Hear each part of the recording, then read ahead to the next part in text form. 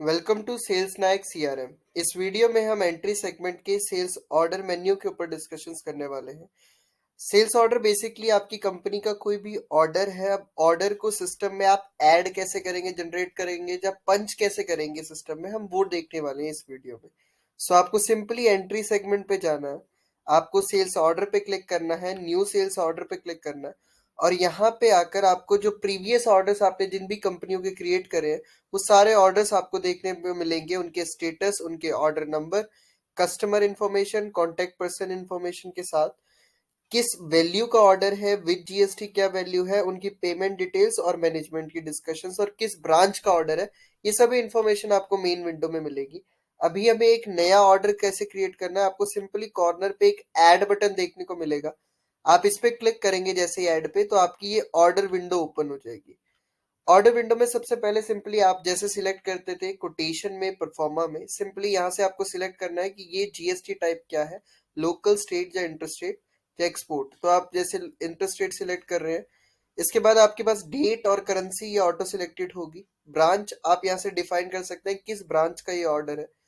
आप यहाँ से मोबाइल नंबर, ये कस्टमर इंफॉर्मेशन आपकी यहाँ फीड मांगेगा आपसे, मोबाइल नंबर कस्टमर का, mail ID, company name, name, address और उनका जीएसटी नंबर।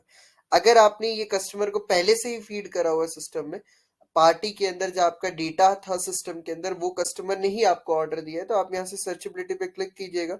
आपको यहाँ पे कस्टमर्स देखने को मिलेंगे, आप कस्टमर को सिलेक्ट कर सकते हैं, फिनिश करेंगे तो उनकी डिटेल ऑटो फिल हो जाएगी यहाँ से।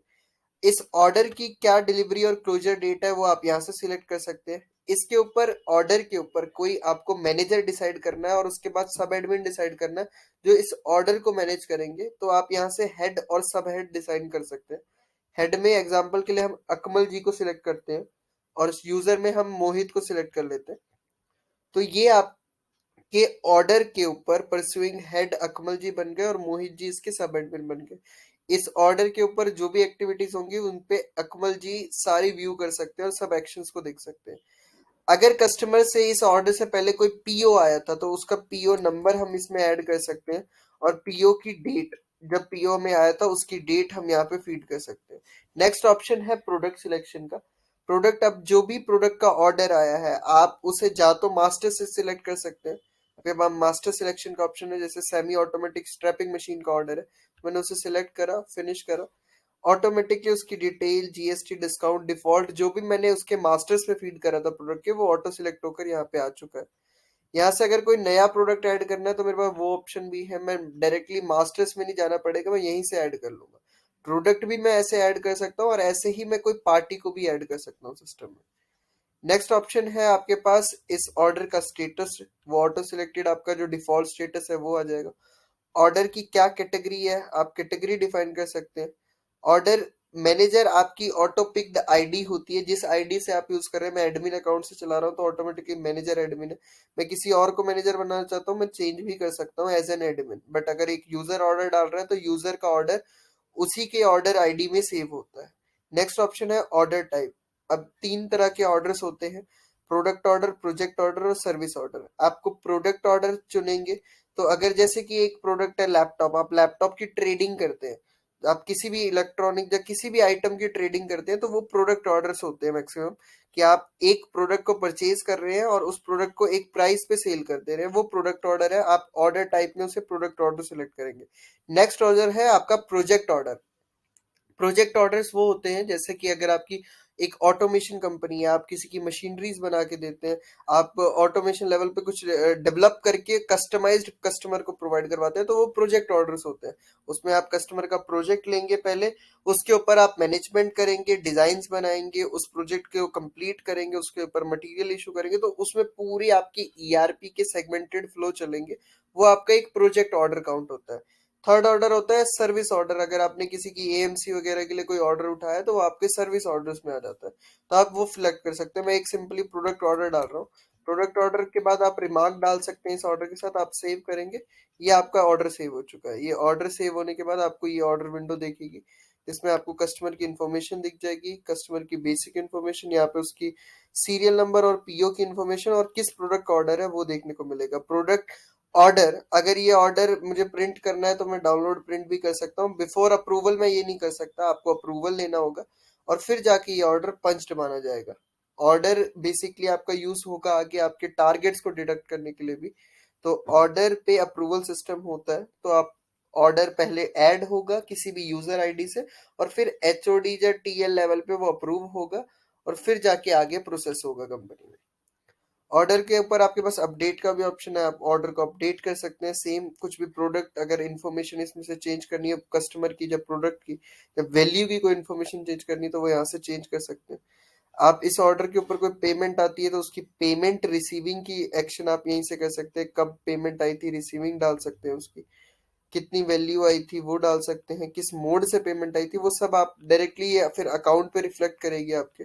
नेक्स्ट है आपको ऑर्डर के बाद अगर यहीं से डायरेक्टली कोई इनवॉइस जनरेट करना है इस ऑर्डर के बेस पे, तो आप यहीं से इनवॉइस वगैरह भी जनरेट कर सकते हैं। रेफरेंस हिस्ट्री देखने को मिलती है कि आपने ये ऑर्डर कैसे मिला था, आपने इस पे कोटेशन बनाई थी, एक पीओ बना रखा है इस कस्टमर का और एक तीसरा ये ऑर्डर बना हुआ, तो आपको इसकी रेफरेंस जनरेशन हिस्ट्री भी देखने को मिलेगी। नेक्स्ट ऑप्शन है डॉक्यूमेंट्स का, इस ऑर्डर के बेस पे कुछ डॉक्यूमेंट्स है तो वो देखने को मिलेंगे। आगे फिर ये ईआरपी के ऑप्शंस एक्टिव हो जाएंगे जहां पे हम देखेंगे प्रोजेक्ट ऑर्डर के ऊपर कैसे मैनेजमेंट करते हैं। प्रोजेक्ट ऑर्डर के अंदर हमें ये सभी चीजें देखने को मिलेगी। नेक्स्ट ऑप्शन आ जाता है पेंडिंग अप्रूवल। पेंडिंग अप्रूवल में वो सारे ऑर्डर्स हैं जो ऑर्डर पंच हुए थे और अब वेट कर रहे हैं अप्रूवल का, तो यहाँ से अप्रूवल का वेट करेंगे। अप्रूवल अगर आप करना चाहते हैं तो सिंपली आपको अप्रूवल विंडो पे आना है। यहाँ पे आप अप्रूवल रिजेक्ट या पेंडिंग छोड़ सकते हैं। अप्रूव करेंगे ओके करेंगे तो यहाँ पे आपका अप्रूवल हो जाता है ऑर्डर का और यहाँ पे आपके पास अप्रूवल हिस्ट्री सेव हो जाती है किस पर्सन ने किस डेट टाइम पे अप्रूव करा। नेक्स्ट है रिजेक्टेड, जो भी ऑर्डर्स अप्रूवल में रिजेक्ट पे सिलेक्ट हो जाएंगे वो रिजेक्टेड ऑर्डर्स में आ जाएंगे। प्रोडक्ट ऑर्डर डिटेल्स में आपको दिखेंगे सारे प्रोडक्ट ऑर्डर्स, जो प्रोडक्ट ऑर्डर आपने सिलेक्ट करा था ऑर्डर टाइप में वो प्रोडक्ट ऑर्डर्स आपको यहाँ दिखेंगे। सेकंड ऑप्शन है प्रोजेक्ट ऑर्डर्स, जिनको आपने प्रोडक्ट की जगह प्रोजेक्ट ऑर्डर डिसाइड कर लिया था वो प्रोजेक्ट ऑर्डर लिस्ट में मिलेंगे। थर्ड, जिनमें आपने सर्विस ऑर्डर सिलेक्ट कर लिया था वो आपके सर्विस ऑर्डर लिस्ट में आ जाएंगे। फिर आपके पास पेंडिंग ऑर्डर्स है। पेंडिंग ऑर्डर्स वो ऑर्डर्स हैं जो फर्दर किसी इनवॉइस में क्रिएट नहीं हुए, मतलब एंड इनवॉइस तक नहीं गए, वो आपके पेंडिंग ऑर्डर्स में दिखेंगे।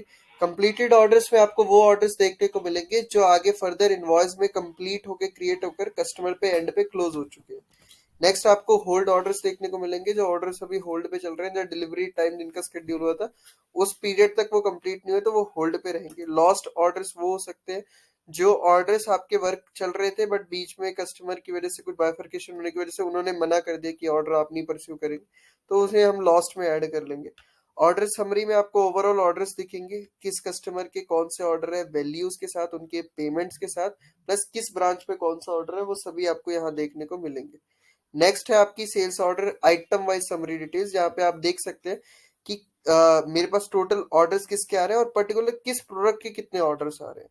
तो आप उसकी समरी को देखना चाहते हैं तो यहाँ से आप देख सकते हैं। जैसे कि मेरा एक प्रोडक्ट है लैपटॉप, अगर मैं एंटर करूंगा लैपटॉप डाल के तो लैपटॉप के मेरे पास 32 ऑर्डर्स हैं जो 12 लाख से ऊपर के ऑर्डर्स हैं, वो सब कुछ मैं यहाँ देख सकता हूँ और उनकी वैल्यूज ऑर्डर्स और किस मैनेजर ने वो कौन से ऑर्डर ला के दिए वो सभी डिटेल मिलेगी मुझे order sales order item wise summary details के अंदर। सो ये थी आपकी sales order window sales Nayak CRM में। आप सेल्स ऑर्डर्स को भी प्रिंट और डाउनलोड कर सकते हैं, जैसे कि आप अपने पीआईज को और अपनी कोटेशंस को वैसे कर सकते हैं। सेम आपको यहाँ पे थीम चेंजेस करने का ऑप्शन मिलता है, जैसे आप अपनी पीआई और अपनी कोटेशंस के अंदर करते हैं वैसे आप इसे भी प्रिंट और डाउनलोड कर सकते हैं।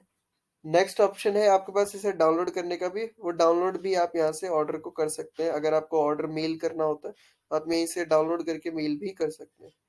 So this was the total sales order window in the entry segment. So thanks for watching this video. Subscribe the Sales Nayak for latest videos and updates.